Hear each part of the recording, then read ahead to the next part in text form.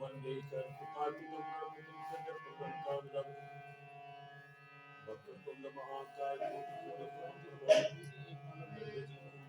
सरकारी सर्वदा सरकार श्री गणपति महागौरी पार्वती महाराज शक्ति जयंती मंगलाकारी भद्रकाली कपालिनी दुर्गा क्षमा शिवा धात्री स्वाहा सुधा या श्री संतनाम गौरी सुरक्षित पापात्मा या विधि गुरुजी स्वता सताम कुंडलम गोचरजा तांत्वं तांत्वं लाल गुरुदार सार परमात्मा ज्ञान विद्यापति बिना पुस्तक जाति वेदांत ज्ञान सारा भाव अति पाठमान काम विगति परमात्मा श्री संतनाम वंदे ताम परमेश्वरी भगवती बुद्ध प्रदान सारगाम या कुंडल सुसार हार मंगलाया सुमश्रांता या बिना बंधन मनिकराया की परमात्मा या ब्रह्मात्म शंकर पर्वत देव सदा बंदा सामान्य सरस्वती भगवती निश्चय जाता विद्याम समप्रभाम प्रतिष्ठन्नस्ताम विष्णाम कन्या विकर्माल की प्रसन्नता विराजिताम अष्टैस्तकदाष्टिर्विस्ताम व्यापकरूपतमनि इंद्राणाम शापुताम सर्गराम दुर्गाम त्रिनेत्राम मुझे शरणागतिनाथ प्रत्यात्राये सर्वशाक्ति हरि देवी नारायणी नमोस्तुते सर्वबाधा प्रसन्नश्यात्रेश्वरी देवी त्याकारम विनाशनम कर्तव्य तंबा कायम तंबा स्वयंतंबा मंतंबा प्राधम देवमणि तंबा सर्वतत्वमसो जय जय करुणाम श्री महादेव नमः पार्वती पते हरे काद सुंदराय महामृत्युंजय कपाली चंद्री धीरे वैष्णवी विक्रमा व्यालु पवित्री कपि श्री सूरा स्वप्रिया एकादशनामानि प्रातुत्थाया पुते हरिया नाशा भक्त्या तेकर भयमाना पति भयमाय श्री सीताराम चंद्रा व्याम रामानुजाय महाजानकी नाथाय महाविद्यापति मनसी भूषिकरार नवनीता भारती कामरा कविकुंभरा कवितार पूर्ण सुंदर मुखादर नित्रा कृष्णान परम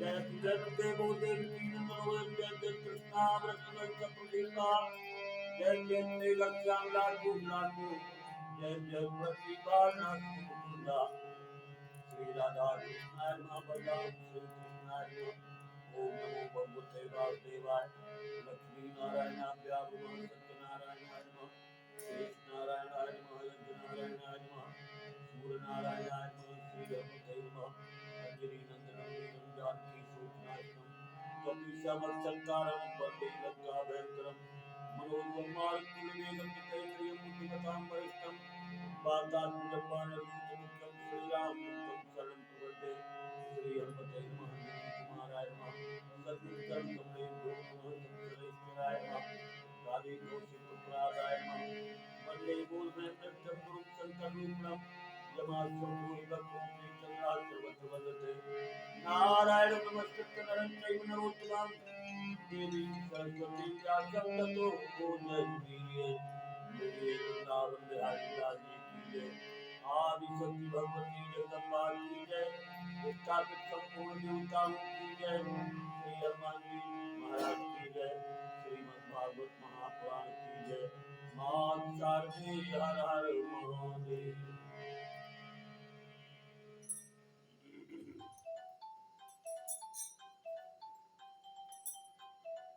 नैमिषारण्य की कथा बैठ गई। वहां 88,000 महात्मा कथा सुन रहे हैं। ज्ञान में वयोवृद्धि शौनक जी महाराज प्रधान श्रोता बने हैं और सूत जी महाराज कथा कह रहे। राजा परीक्षित गंगा के किनारे बैठे हैं, उनको सुखदेव जी महाराज कथा सुना रहे हैं। मैत्रेय ऋषि विदुर जी को कथा सुना रहे हैं और ब्रह्मा जी नारद जी को कथा सुना रहे हैं। ये भागवत ज्ञान है। जिनको बिल्कुल समझ नहीं है उनको बिल्कुल सीधी कथा सुनाई जाती है, सीधी सादी। और ज्यों ज्यों ज्ञान का स्तर बढ़ता है वैसे वैसे कथा संक्षेप में होती जाती है। और ये 18,000 श्लोक की कथा ब्रह्मा के यहाँ जाके 4 श्लोक हो गई और उसी 4 श्लोक की व्याख्या चलती रहती है, क्योंकि ब्रह्म ब्रह्म तो पूर्ण है ना। कितना बोलेगा, कितना स्तुति करेगा आदमी, वो सब समा जाता है, जो कहेगा सब उसमें पूर्ण है, वो पूर्ण है। तो उनकी स्तुति कब से चल रही है, कब तक चलती रही। अब क्योंकि सामने ज्ञानी बैठे, तो ज्ञान का मतलब सीधे जाके ये मान ले परमात्मा ही कथा कह रहा है, परमात्मा ही कथा सुन रहा है। जब ये निर्णय करके देख लिया गया चारों वेद, 6 शास्त्र, 18 पुराण में कि नहीं, संसार में सत असत कुछ नहीं। सत का मतलब अच्छा और असत का मतलब खराब। कहा सत असत कुछ नहीं है, वो परमात्मा है, न सत है न असत। ये सब माया का भ्रम दिख रहा है, कहीं अच्छा दिख रहा है, कहीं खराब रहता है, कहीं खराब दिख रहा है। ये मन का भ्रम है जिसमें मनुष्य सुलझा है। पर ज्ञानी इस लीला को देखता हुआ और भगवान को प्रणाम करता है। आप ही शराबी बने हैं, आप ही चोर बने हैं, आप ही पापी बने हैं, आप ही काटने वाले बने हैं, कट भी आप भी रहे हैं, और कर्म का फल जीव से जुड़ रहा है। केवल इतने में कि मैंने किया है, मैं कर रहा हूं अपनी इच्छाओं की पूर्ति के, वासना खत्म नहीं। ये वासनाएं जड़ है, इन वासनाओं की जड़ें नहीं नष्ट हो पाती। हम आप लोग प्रयास भी करते रहते हैं तो नष्ट तो होते हैं, पर इनका बीज नाश नहीं हो पाता। इन वासनाओं का बीज ही नाश कर दे, ज्ञानी बीज नाश कर देता है। अपन लोग कहते हैं थोड़ी और रुक जाए, थोड़ी और रुक जाए, थोड़ी और रुक जाए, तब तक समय पूरा हो जाता है। जब जो कि जैसे अपन कहते हैं कि काम कर ले अपन ये सब ले, और फिर अपन ऐसा मन है अपन ऐसे है ही, पर नहीं ये काम कर लो। और शास्त्र कहता है कि वो देश मोक्ष है और ये काम भी करने हैं। अर्जुन अगर ये काम नहीं करोगे तो तुम कायर कहाओगे। ये संसार के, ये समाज के सारे काम करने के बाद फिर आपको विरक्त होना है। सीधे एकदम जाने को नहीं लिखा। सुखदेव जी की बात अलग है, वो तो गोलोक से आ रहे हैं, ये उत्तीर्ण लोग हैं। पर संसारी लोग तो उसके क्रम बनाए गए, आश्रम बनाए गए हैं, अवस्था बनाई गई है, समय का विभाग बनाया गया है, शास्त्र बनाए गए हैं। उस मार्ग में चल के हमको तो उस मार्ग में चलना है। महाजनों ये तो सफलता, और यही सत्य है, क्योंकि उनको चलने वालों को महान जन कहा गया। सभाएं बैठ गई। सुखदेव जी की तो सुखदेव जी की कथा में श्रोता के तो एक एक दिन घटते जा रहे,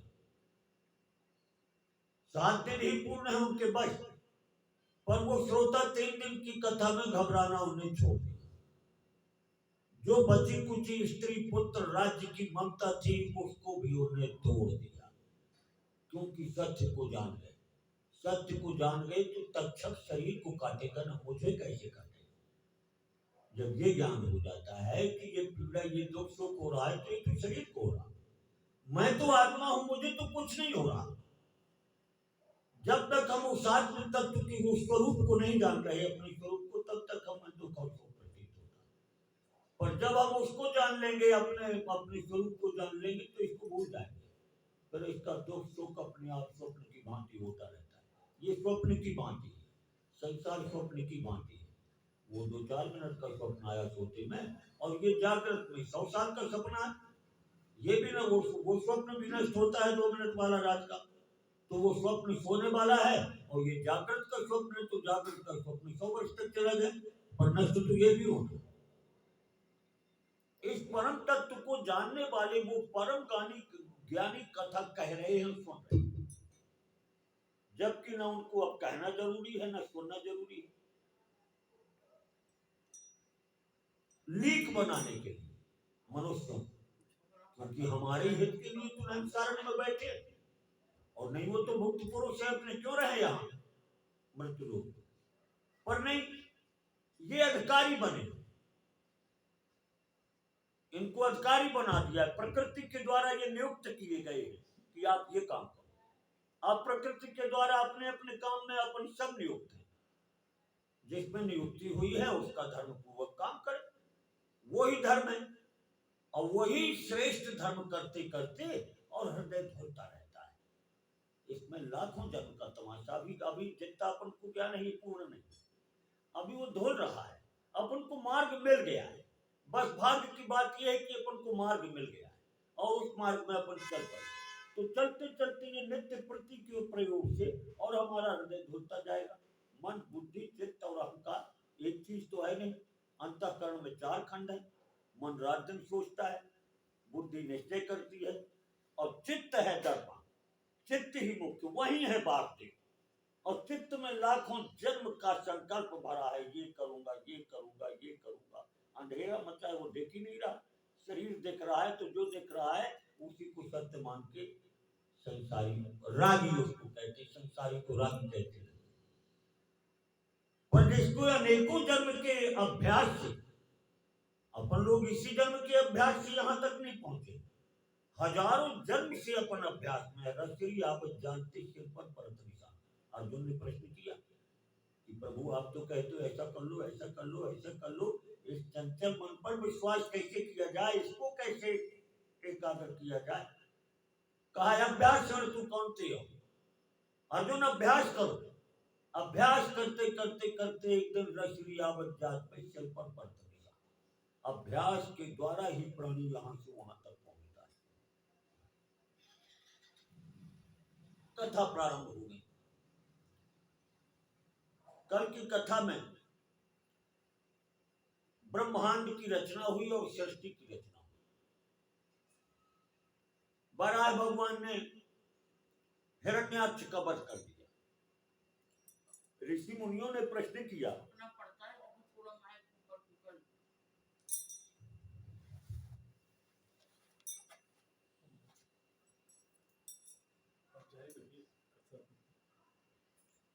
ऋषि मुनियों ने प्रश्न कर दिया कि महाराज ये हिरण्यकश्यप और हिरण्याक्ष ये हैं कौन, इतने बलवान कैसे हुए।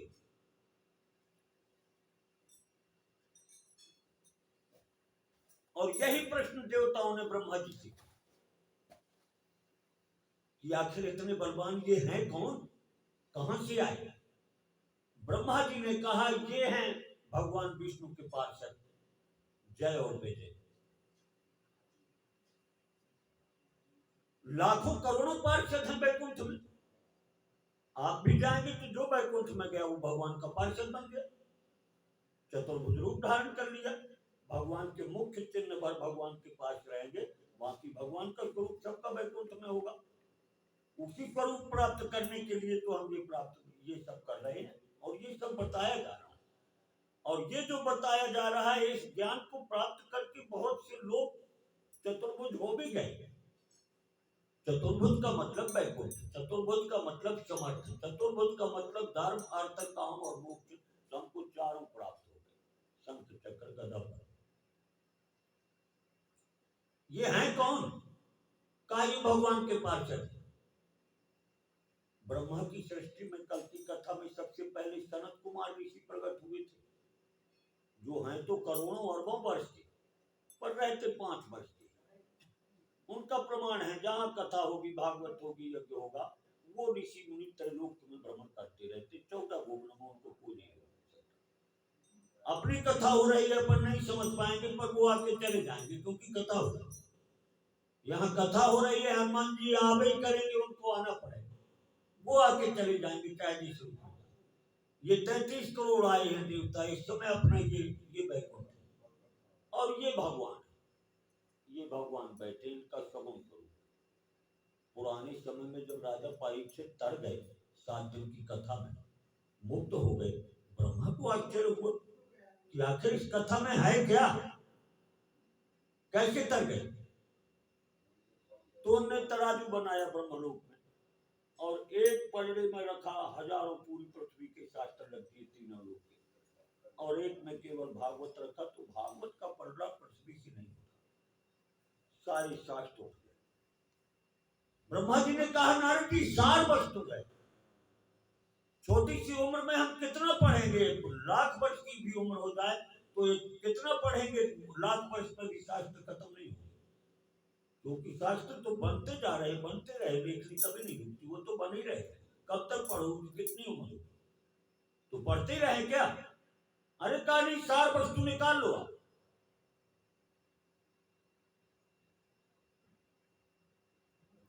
क्योंकि पढ़ने में भी ये सही है, ये गलत है, ये सही है, ये गलत है, जल्दी सार वस्तु निकाल। पुराने समय में ब्रह्मा जी ने वाल्मीकि से कहा कि राम जी रावण को मार करके अयोध्या में आवे और आप 24,000 श्लोक की रामायण, 24,000 संख्या नहीं बताई, आप भगवान की रामायण तैयार करके रखें। वाल्मीकि जी ने 100 करोड़ श्लोक की रामायण बना दी। अब जब 100 करोड़ श्लोक की रामायण बना दी तो तीनों लोक में झंझट हो गई। स्वर्ग कहता हम लेंगे, पाताल कहता हम लेंगे, मृत्यु लोक कहता हम लेंगे, भारतवर्ष कहता हम देवे नहीं करेंगे। तब भगवान विष्णु ने उसको बांटा, 33 लाख 33 करोड़ 33 लाख 33,000 3300 33 श्लोक आए तीनों लोग। अब पृथ्वी में जितने श्लोक आए वो 7 द्वीप में बटे, और फिर जम्बू द्वीप में 9 खंड है, अपने ये जम्बू द्वीप है, इसमें 9 खंड है, तो वो रामायण 9 खंड में बटी। अपने भारतवर्ष को 24,000 श्लोक आए। भगवान विष्णु ने सबको बांटा, और वहां बैठे हैं भगवान शिव जी। शिव जी ने कहा कि पूरी रामायण बट गई 100 करोड़, तो हमको एक श्लोक नहीं मिला भाई, हमको क्या मिल रहा है? तो शिव जी ने पूरी एक तरफ से रामायण पढ़ी और आकर के निर्णय हुआ राम। शिव जी राम में लग गए, रात दिन राम राम में लग गए। कहा कौन पढ़ेगा 100 करोड़ श्लोक, राम राम। ऋषि मुनि भी यह कह रहे हैं कि शास्त्र निकालने, सुखदेव जी भी कह रहे हैं राजा परीक्षित को कि भागवत सार वस्तु है, बस ये भागवत एक ज्ञान है। तो सृष्टि न जाने कब से रची है, हजारों लाखों युग हो गए, कितने युग चले गए। भगवती महाशक्ति नमः। यहां पर अपन कथा की ओर चले कि जय विजय भगवान के पास चले, और सनत कुमार ऋषि जिनको 14 भुवनों में कोई नहीं रोकता, वो जब भगवान के बैकुंठ पहुंचे तो 7 ड्यूढ़ी पार करके और 8वीं ड्यूढ़ी में जैसे बैकुंठ के पहुंचे, जय विजय ने छड़ी लगा दी, आप अंदर नहीं जा सकते। महात्मा देख के रह गए, छोटे छोटे बालक पर सूर्य के समान तेजस्वी। कहा तुम ठीक है, हम तो जाएंगे, पर तुमको ये द्वैत बुद्धि उत्पन्न कैसे हुई बैकुंठ? भेद बुद्धि, द्वैत का मतलब भेद, जैसे जैसे धर्म का व्याख्या है द्वैत और अद्वैत। अपन अद्वैत धर्म का बखान रहा है, द्वैत का मतलब एक को ब्रह्म द्वितीय विभाग, और द्वैत वाले कहते हैं ये नहीं है, ये नहीं कहते, वो तो ब्रह्म है, वो द्वैत है, वो अपना अपने सोच में फैल जाते हैं। उन्हें रोक दिया, और शरद कुमार कह उठे कि तुमको बैकुंठ में भेद दृष्टि हुई कैसे? ये भाव तो मनुष्य लोक का है, बैकुंठ में तो वो आता है जो भेद से अभेद हो गया, जो एक ब्रह्म पर स्थित हो गया हो, ऐसा विजेता बैकुंठ आएगा। शरद कुमार ने कहा तुम ही बैकुंठ के योग्य नहीं, तुम मनुष्य लोक के योग्य हो, और मनुष्य के योग्य भी नहीं हो, राक्षस के योग्य हो, जाओ नीचे माया के लोकों में जाओ, तुम बैकुंठ के लोग नहीं। तब तक भगवान पहुंच गए लक्ष्मी जी के साथ, तत्काल पहुंच गए, और उनको देख के महात्माओं ने हाथ जोड़ लिया, पिछड़ गए, खुद ही हाथ जोड़ लिया। कहा प्रभु आप ही के घर में आके हमने आपके सेवकों को श्राप दे दिया, हमसे गलती हो गई। भगवान तो जो बोलते हैं वो ही सत्य है। भगवान ने कहा नहीं, आप ब्राह्मण हमारे पूज्य हैं, आपके कारण ही लक्ष्मी मेरे हृदय में बसती है। ऐसा घुमा फिरा के ब्राह्मणों को उठाया भगवान ने। वो हाथ जोड़े खड़े रह गए, क्योंकि उनको भी तो क्रोध आया था। अगर जय विजय को भेद आया तो महात्माओं को क्रोध क्यों आया? उनने भी तो गलती की। तो काम क्रोध लोभ ये 3 नरक के पंथ है। 3 से 23 होता है, 1000 हो जाए गुण, पर काम क्रोध लोभ है 3 ही। महात्माओं को क्रोध क्यों आया? वो भी उन्होंने अपनी गलती हाथ जोड़ ली। भगवान ने कहा नहीं, आप हाथ नहीं, आप तपस्या के बल से अपनी हजारों गलती मुझसे माफ करा दे, और आपके द्वारा मैं सशक्त होता हूं, भक्ति का प्रचार करता हूं। ब्राह्मण खुद भगवान खुद ब्राह्मण को मान करके सबको बताते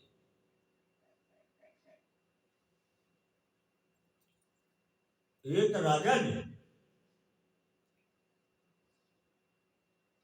1 मन दूध गंगा जी के लिए रोज निकलवाना शुरू किया। पुजारी को कह दिया कि तुम 1 मन दूध ले जाके गंगा जी में रोज छोड़ा करो, आदत से मंत्र पढ़ के। अब वो पूरी जिंदगी पुजारी 1 मन दूध छोड़ता रहा। एक दिन उसके आ गए 10-50 साधुओं की जमात, पहले जमातें चलती थी, साधु की पैदल जाता है। साधु रुक गए वहां। अब सब पुजारी की इतना खाने पीने की, उतनी स्वागत की सामग्री नहीं है, क्या करें? ब्राह्मणी से कहा क्या करें? ब्राह्मणी ने कहा होगा जो होगा, जो 1 मन दूध आया है उसी के चावल खीर बना दो, सबको खवा दो। एक दिन की गलती जो होगा राजा को करना होगा करे। और उनने 1 मन दूध की खीर बना के ब्राह्मणों को खिला दिया। अब रात में राजा को गंगा जी में स्वप्न दिया कि राजा, आज जैसा मेरा पेट भरा है ऐसा कभी नहीं भरा। अब सवेरे राजा ने सभा में प्रश्न किया, पुजारी को बुलाया, कहा तुम रोज दूध छोड़ते थे गंगा में? कहा महाराज पूरी जीवन दूध छोड़ा हूं, कल के दिन मैंने दूध नहीं छोड़ा। कहा क्यों? कहा 50 साधु आ गए थे, उसी दूध की खीर बना के मैंने उनको खवा दिया। तो राजा ने कहा आज से गंगा में दूध तुम नहीं छोड़ोगे, तुम 1 मन दूध की रोज खीर बना के ब्राह्मणों को साधुओं को खवाओ। भगवान कहते हैं कि ऋषियों, जैसे मैं साकल्य से हवन कुंड में स्वाहा स्वाहा से प्रसन्न नहीं होता, जितना ब्राह्मण के मोह रूपी हवन कुंड में खिलाने से मैं प्रसन्न होता, भगवान ने ये ब्राह्मणों को अपने स्वरूप की याद दिलाई। जिसको भगवान मानने को तैयार है वो ब्राह्मण कैसा होना चाहिए? वो ब्राह्मण 84 लाख योनि से अलग है, ब्राह्मण की देव संज्ञा है। कलयुग में ब्राह्मण अपने स्वरूप को भूल जाता है। सबको तो चारों वर्ण अपने स्वरूप भूल जाते हैं, एक का दोष नहीं है, युग का दोष। ब्राह्मण का जन्म केवल तपस्या को होता है, और संसार सागर से तरने को, न खाने को, न पीने को, न मकान को, न जमीन को, न पैसे को, न रुपया को। वो तपस्या करके अपनी सर्वंग शुद्धि जैसे शरीर को जला के सीधे परमात्मा को जाए, आखिरी योनि है।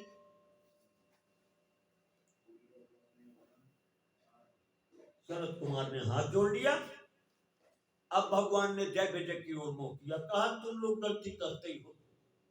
एक दिन तुमने लक्ष्मी को मेरे पास आने से रोक दिया था, ये कोई बात है? तुमने लक्ष्मी को रोक दिया, और एक दिन लक्ष्मी ने भी तुमको श्राप दे दिया था। तो अब जाओ, अब तुम राक्षस हो। अगर मेरा भजन करके आओगे तो तुमको 7 जन्म लगे, और अगर युद्ध करके आओगे, मुझसे बैर करके आओगे, तो 3 जन्म में आ जाओगे। बैर करने वाला ज्यादा तीव्र करता है, भजन कितना करेगा? अब वो तो है जय विजय भगवान की पार्षद भक्त। गलती हो गई, हाथ जोड़ा, कहा महाराज हम 7 जन्म तक इंतजार न करें, हम तो 3 जन्म में आपका विरोध करके और इसके बाद जल्दी जाए।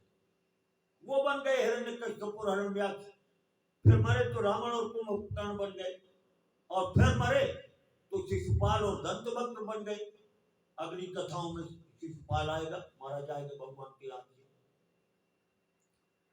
तो ये हो गए जय और विजय। जो हिरण्यकश्यप में, हिरण्यकश्यप तो अभी है, हिरण्याक्ष मारा गया। हिरण्यकश्यप की कथा आगे चल के 7वें स्कंद में आएगी। अब ब्रह्मा जी के पुत्र 10 पुत्र तो शरीर से उत्पन्न हुए, भृगु वशिष्ठ नारद पुलह पुलस्त क्रतु इत्यादि। और एक कर्दम नाम के ऋषि ब्रह्मा की छाया से उत्पन्न, वो महान ज्ञानी थे। छाया से मतलब साक्षात ब्रह्मा ही थे। अब ब्रह्मा जी तो सृष्टि बढ़ाने को आए, अपने कर्दम पुत्र से कहा, पुत्र तुम भी विवाह करके गृहस्थ धर्म में प्रवेश करो और सृष्टि रचो, सृष्टि को बढ़ाओ। जो आज्ञा पिताजी, माता पिता की आज्ञा मतलब भगवान की आज्ञा, माता पिता की भगवान ही संज्ञा। और वो गए तो सरस्वती नदी के किनारे 10,000 वर्ष तक उन्होंने कठोर तपस्या की। उससे भगवान विष्णु प्रसन्न हुए। कहा ऋषि वरदान मांगो। कहा प्रभु क्या वरदान मांगू? संसारी मनुष्य की भांति मैं भी एक विवाह के लिए कन्या धर्मपत्नी मांगता हूं। जो भी गलती सही हो प्रभु पर मांग रहा हूं। मांगने को तो लिखा नहीं, कहा नहीं मैंने तुम्हारी व्यवस्था कर दी। परसों स्वयंभू मनु अपनी शत्रुपा पत्नी और देवहूति कन्या, उनके 3 कन्या हुई स्वयंभू मनु के। जब ब्रह्मा जी के सृष्टि नहीं बढ़ रही थी तो 2 भाग हो गए, मनु और शत्रुपा। और मनु के 3 पुत्री और 2 पुत्र, देवहूति, आकुति और प्रसूति 3 पुत्री हुई। उत्तानपाद और प्रियव्रतनान के 2 श्रेष्ठ पुत्र। भगवती महाशक्ति, भगवान ने कहा राजा मनु देवहूति कन्या को रथ में बैठाकर तुम्हारी आश्रम परसों आएंगे, तुमको उनको आदर पूर्वक बैठाना और उस कन्या को स्वीकार करना। जो आगे उस कन्या से तुम्हारी 9 पुत्री होगी और 10वां मैं स्वयं तुम्हारे पुत्र रूप में कपिल बन गया, ज्ञान का प्रचार प्रसार किया। भगवान अंतर ध्यान हो गए। कर्दम ऋषि अपने आश्रम में आए, परसों हुआ और परसों स्वयंभू मनु श्रेष्ठ स्वर्ण की रथ में आदि राजा थे। महारानी शत्रुपा और पुत्र देवहूत के साथ आश्रम में आए। मुनि ने आदर सत्कार पूर्वक आसन दिया, बैठे। कैसे आए महाराज? कहा ये मेरी पुत्री। नारद जी के मुख से जब से इसने आपके श्रेष्ठ गुण को सुना तो इस कन्या ने अपने आप को आपको समर्पण कर दिया। ये कन्या गृहस्थ धर्म के सभी कार्यों में चतुर है, इसे स्वीकार करो। कर्दम ऋषि ने कहा अवश्य स्वीकार करूंगा, भगवान की आज्ञा है। कर्दम ऋषि ने स्वयं उस कन्या की बड़ाई की कि महाराज मैंने सुना था कि एक दिन आपकी ये कन्या छत में ऊपर महल के खेल रही थी तो ऊपर से विश्वावसु नाम का गंधर्व निकला और वो इस कन्या की सुंदरता को देखकर विमान से गिर पड़ा था। ऐसी श्रेष्ठ कन्या को कौन ग्रहण नहीं करेगा? मुझे स्वीकार है। उनने ब्राह्मण विवाह की रीत के अनुसार वेद मंत्रों से कन्या का पाणी ग्रहण विवाह किया। बहुत सा गृहस्थ उपयोगी धन दिया और इसके बाद जब चलने लगी देवहूत कन्या पिता से लपट गई। वो क्षण माता पिता का कठिन होता है। उस समय का पत्थर भी अगर पिता हो तो पिघल जाता है। राजा मनु ने अपने नेत्रों से आंसुओं की धार लगा दी, कन्या के वस्त्रों को ढीला कर दिया। किसी प्रकार ममता के बंधन को धीरे से काटकर और कन्या से जुदा होकर के दोनों माता पिता अपने बरहिस्मती नाम की नगरी, आदि राजा है, महान धर्म की मूर्ति है, साक्षात ब्रह्मा है। सृष्टि रचने को उनका अवतार ही हुआ है, जन्म नहीं कहना चाहिए। अब देवहूति और करदम। करदम बैठ गए। नित्य प्रति वह राजकुमारी ब्रह्म मुहूर्त से महात्मा के उठने के पहले से उठकर उनकी सेवा में लगती और सोने के बाद फिर घंटे 2 घंटे को सोती। हजारों वर्ष निकल गए। एक दिन महात्मा ने कन्या को देखा। उनकी हालत अब राजकुमारी वाली नहीं थी। बाल लट गए हैं, वस्त्र मैली कुचैली है, शरीर दुबला पतला है। और इस प्रकार से उस राजकन्या से महात्मा ने कहा, देवी अब तुम्हारी तपस्या पूर्ण हो गई। तुरंत महात्मा ने अपनी तपस्या के बल से 100 मंदिरों का विमान प्रकट कर दिया, जो स्वर्ण का दिव्य बना था, दैवी विमान। उसमें सारी पूरी जितनी वस्तु राज्य में रहती हैं, वो सारी वस्तु सब रखा है। देवी देवहूति को कहा, देवी तत्काल बिंदु सरोवर है वहां, बिंदु सरोवर में जाओ, आप स्नान करो, उसमें सरस्वती का जल है। वो जब स्नान करने को गई तो वहां कई हजार कन्या उपस्थित हो गई, देव कन्या।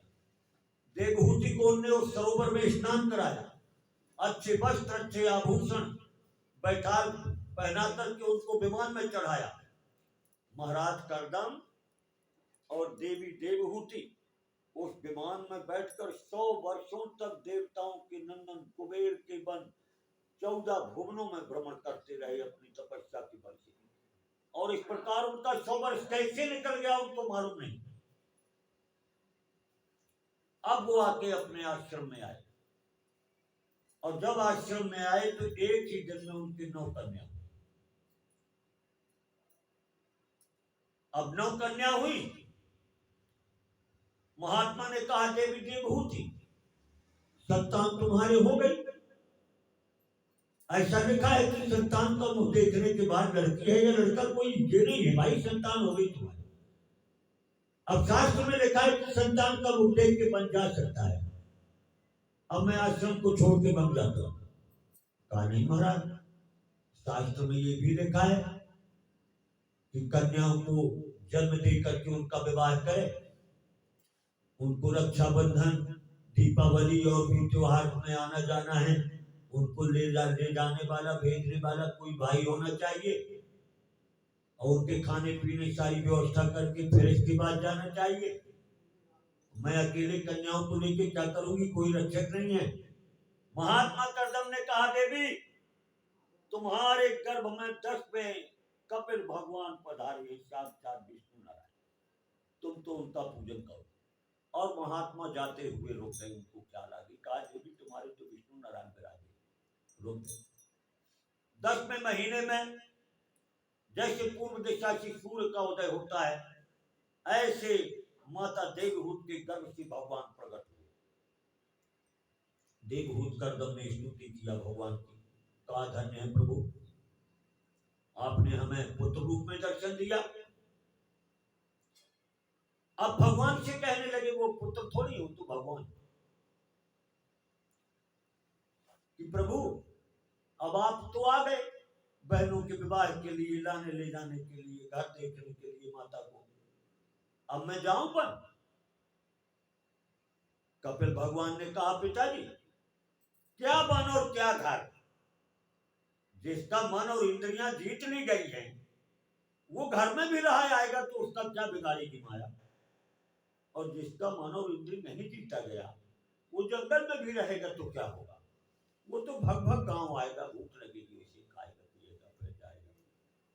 कहा नहीं, अपने शरीर को जीतकर मन और इंद्रियों को जीतना है पिताजी। वो यहां रह के भी आप कर सकते हो, पर आपको जाना है तो जाइए। उसी समय ब्रह्मा जी आ गए। ब्रह्मा जी ने भगवान की स्तुति किया, देवहूति की बड़ी बड़ाई किया, और करदम ऋषि से कहा कि करदम तुम अपनी 9 कन्याओं का विवाह मेरे पुत्र, मतलब तुम्हारे भाई हैं, अब वो ज्ञानी है, सृष्टि चल रही है वहां, कहा ये 9 पुत्रों के साथ कर दो विवाह। उनने अपनी 9 कन्याओं का विवाह कर दिया। पुलस्त, अगस्त इत्यादि को, अगस्त नहीं है उनमें, अगस्त तो अभी के 9 कन्याओं का विवाह किया। महात्मा ने उनको ग्रहण गृहस्थोपयोगी सामग्री दिया, ऐसा लिखा है। अब उसका नाम चाहे जो दे दिया जाए, देने लेने का लोग तय करने लगे, वो बात अलग है। पर गृहस्थोपयोगी वस्तु माता पिता हमेशा से देते थे, जैसे की सृष्टि हुई है, कन्या को कन्या का भाग देते थे। और इसके बाद कपिल भगवान को प्रणाम करके कर्दम ऋषि चले गए तपस्या कर। मुख्य लक्ष्य मोक्ष है, धर्म अर्थ और काम, मोक्ष आखिरी है। ये चार पुरुषार्थ, धर्म करना है, अर्थ प्राप्त करना है, यथोपयोगी काम भोगना है, और उद्देश्य मोक्ष में लगा है। क्योंकि ये स्थिर नहीं है, ये स्थिर नहीं है, इसका प्रलय होता है, इसमें जन्म मरण होता है, ये स्थायी नहीं।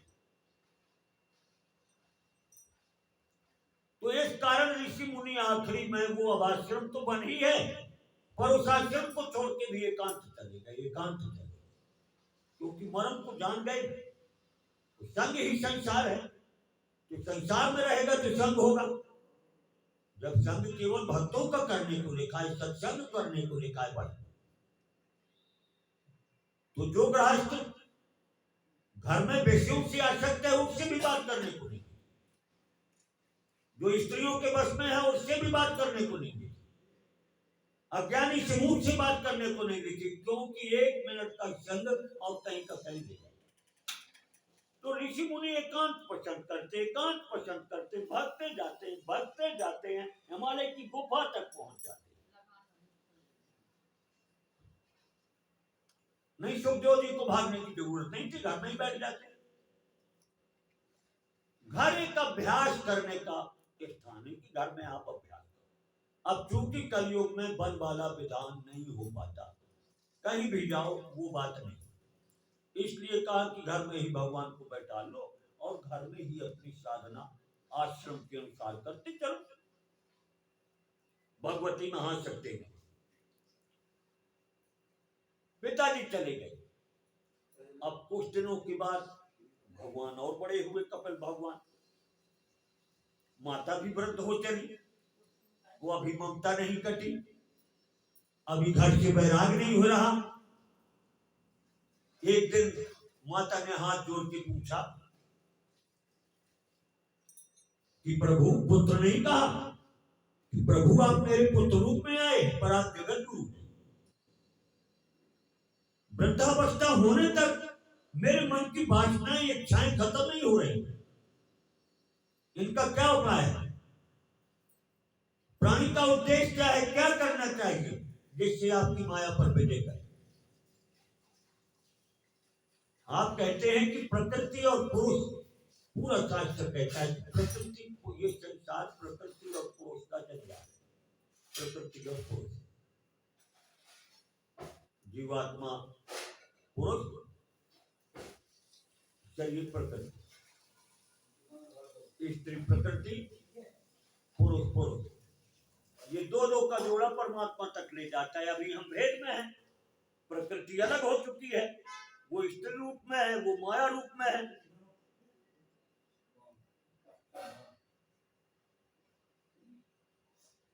कहते हैं कि आप कहते हो कि प्रकृति और पुरुष को जब तक न छोड़ोगे, अलग अलग न करोगे, बिल्कुल प्रकृति न छोड़ोगे, तब तक मुक्ति न होगी।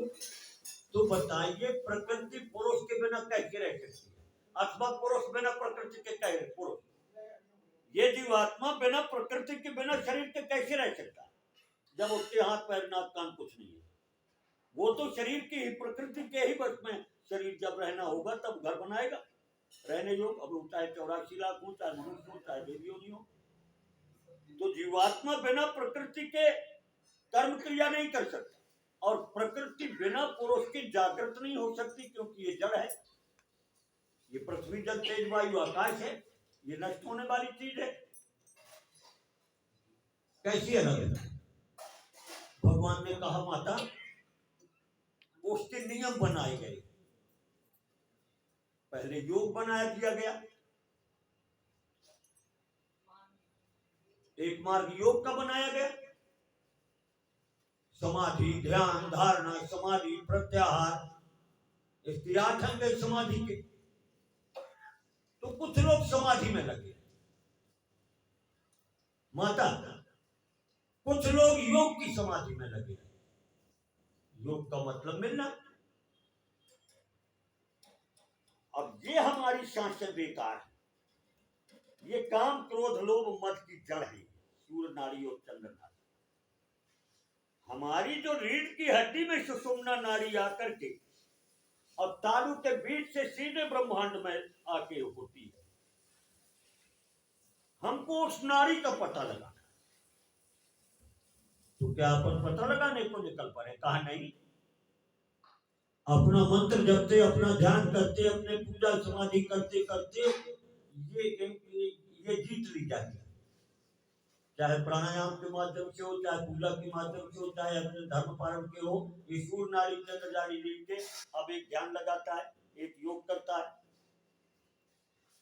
नाभि के नीचे से लेकर के जहां तक 6 चक्र है, मूलाधार, स्वादिष्ठान, मणिपुर, अनाहत, आज्ञा, इस प्रकार से 6 चक्र। अब एक ज्ञानी योगी शरीर के भाग जान रहा है, देखिए शरीर में क्या है। और एक भगत वो कुछ नहीं जानता, राम राम राम राम राम राम कह रहा है। और एक योगी एक एक अंग शरीर का जान के पहले इसको यहाँ ब्रह्मांड में 1000 पंखुड़ी का कमल है आपके, और इसके बाद 6 चक्र है मूलाधार तक। मूलाधार चक्र में 2 मुख की सर्पणी लगती है, 3 गुड़ी लगा के। ये सुखदेव जी भी बता रहे हो। अब वो जो नागनी है वो है शक्ति, और यहां है ब्रह्म। यहां ब्रह्म लेटा हुआ है, क्योंकि कहते हैं उसको बिन पग चले सुने बिन काना। उसके हाथ पांव नाक कांव कुछ नहीं, वो मरा पड़ा है सबकी बात। और यहां नागिन के रूप में 3 गुड़ी लगा के 2 मुख वाली सर्पणी बैठी है, वो है महाकाली, मतलब शक्ति। ये शक्ति ये होगा। अब उसके 2 मुख हैं। तो अज्ञानी का मोक्ष का द्वार उस सर्पणी ने बंद कर दिया। एक मोक्ष का द्वार बंद कर दिया, और एक मुख से वो रात दिन श्वास लेती है। वो श्वास लेती है 21,600 बार 24 घंटा। और हम आप कहते हैं कि हम लेते हैं श्वास। शरीर में है क्या? आप हैं कौन? इसका अंदाज लगाइए, आप हैं कौन? फिर यहां ब्रह्म बैठा है और यहां नागिन बैठी है शक्ति। सांस वो ले रही है, जिला वो रही है। 10 प्रकार के पवन प्राण वो हमको चला फिरा रहे हैं, पवन चला फिरा रही है। और जड़ में और चेतन में अपन में क्या अंतर है? मान लीजिए